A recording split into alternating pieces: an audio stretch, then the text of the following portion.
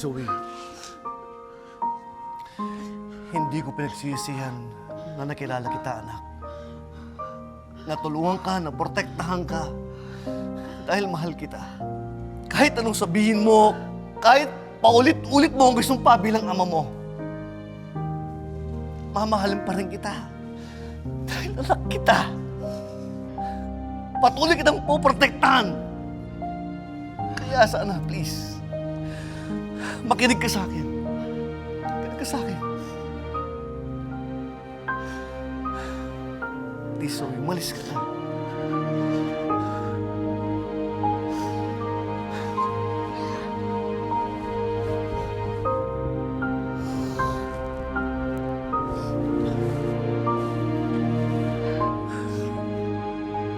Aalis ako. Pero gagamitin ko muna yung sugat mo. Salamat.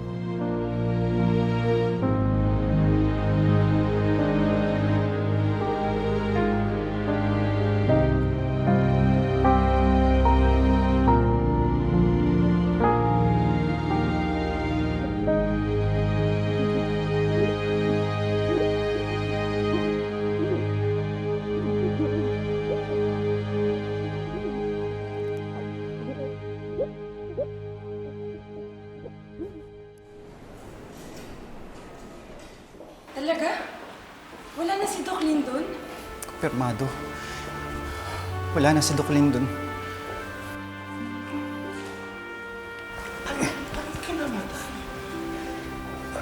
Excuse me? You're Ligon, right? Yes, Dr. Kim. You're the one who called Dr. RJ about Lyndon, right? Yes. Do you know Doc Lindon? I haven't met him, but when I was medical resident in Seoul, I read a research paper by Dr. Lyndon. He's a brilliant doctor. I can't believe this happened to him. Me too. I wonder who will do this to Doc Lindon. May tatanong lang po ako tungkol po kay Doc Lindon. Si Doc Javier. Lagi ka daw po na binibisita po dito eh. Alam niyo po ba kung nasan po siya? You know, Annalyn told me that the last person Dr. Lyndon visited before he went to missing was Dr. Benitez. I think he might have something to do with this. Si Doc Carlos?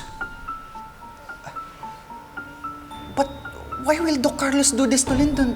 They were friends. That's what we have to find out. Because every action has a motivation.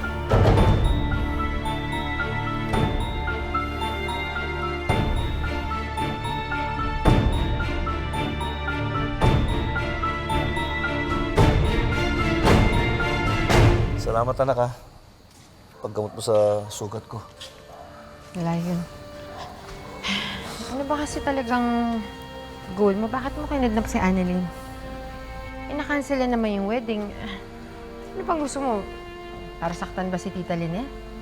Or gusto mo ba si Tita Lynette in exchange for Annalyn? Ano ba? Alam mo, kahit makuha mo si Tita Lynette, she still hates you. So, it's futile. Alam ko.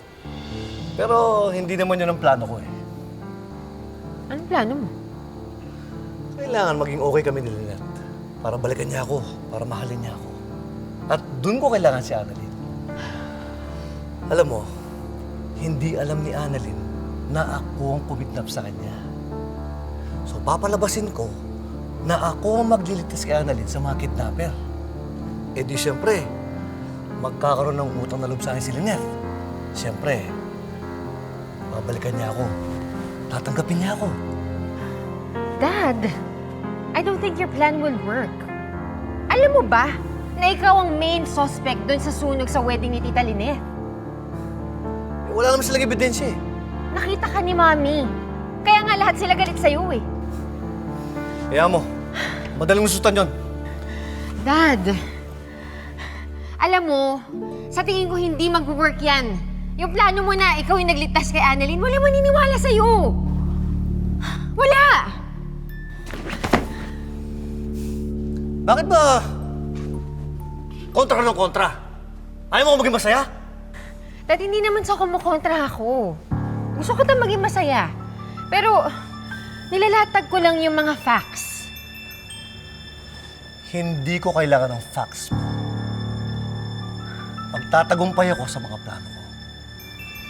Kaya, mas pwede ba, malis ka na. Baka makita ka pa ni Annalyn dito. Pero Dad... Sige na, umalis ka na! Sige. Ingat ka. Sige na. Sigurado ka ba dyan? Paano kung hindi mag-work? Paano kung hindi? Hindi totoo yan. Kuni-kuni lang kita. Grabe ka talaga. Pati anak mo, tinaboy mo. Hindi totoo yan. Kuni-kuni lang kita. Sino na lang kakampi mo? Kawawa ka naman. Tumahimik ka! Tumahimik ka!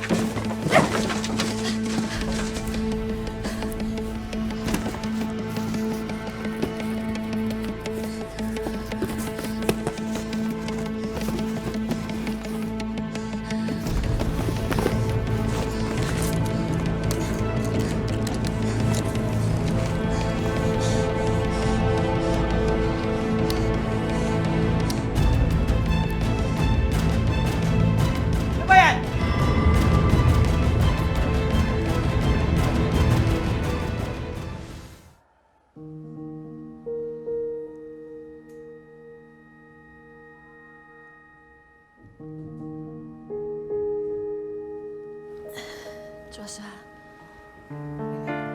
hindi ako pwede maghintay dito. Kailangan ko umalis. Sandali muna, Lynette. Saan ka pupunta? Hanapin ko si Annalyn. Hindi ako pwedeng maghintay lang dito. Lynette, sandali muna naman, Lynette. Diyosa, pwede ba? Bitawan mo na ako. Hahanapin ko si Annalyn. Hindi ko alam kung saan, pero hahanapin ko yung anak ko! Lynette! Pwede ba kumalma ka? Lynette, ayusin mo naman yung pag-iisip mo naman, Lynette. O tapos, ano? Si Chang Susan, nasa ICU. Si Annalyn, nawawala. Si Lyndon, pinatay. Eh kung pati ikaw, mapahamak ka. Alam ko naman na ang hirap talagang maghintay eh. Lalo na para sa'yo kasi nanay ka. Pero Lynette, wala naman talaga tayong magagawa. Yun na nga yung hirap, Diyosa. Yung naghihintay ako at wala akong magawa. Yun yung pinakamahirap.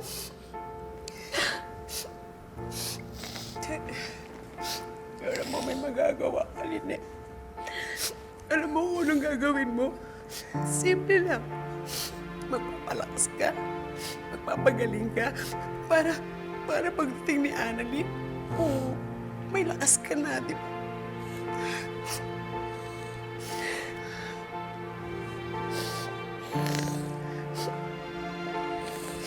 Ay, naku. Teka nga muna. Ikukuha lang kita ng tubig, ha? Diyan ka lang, huwag kang aalis, ha?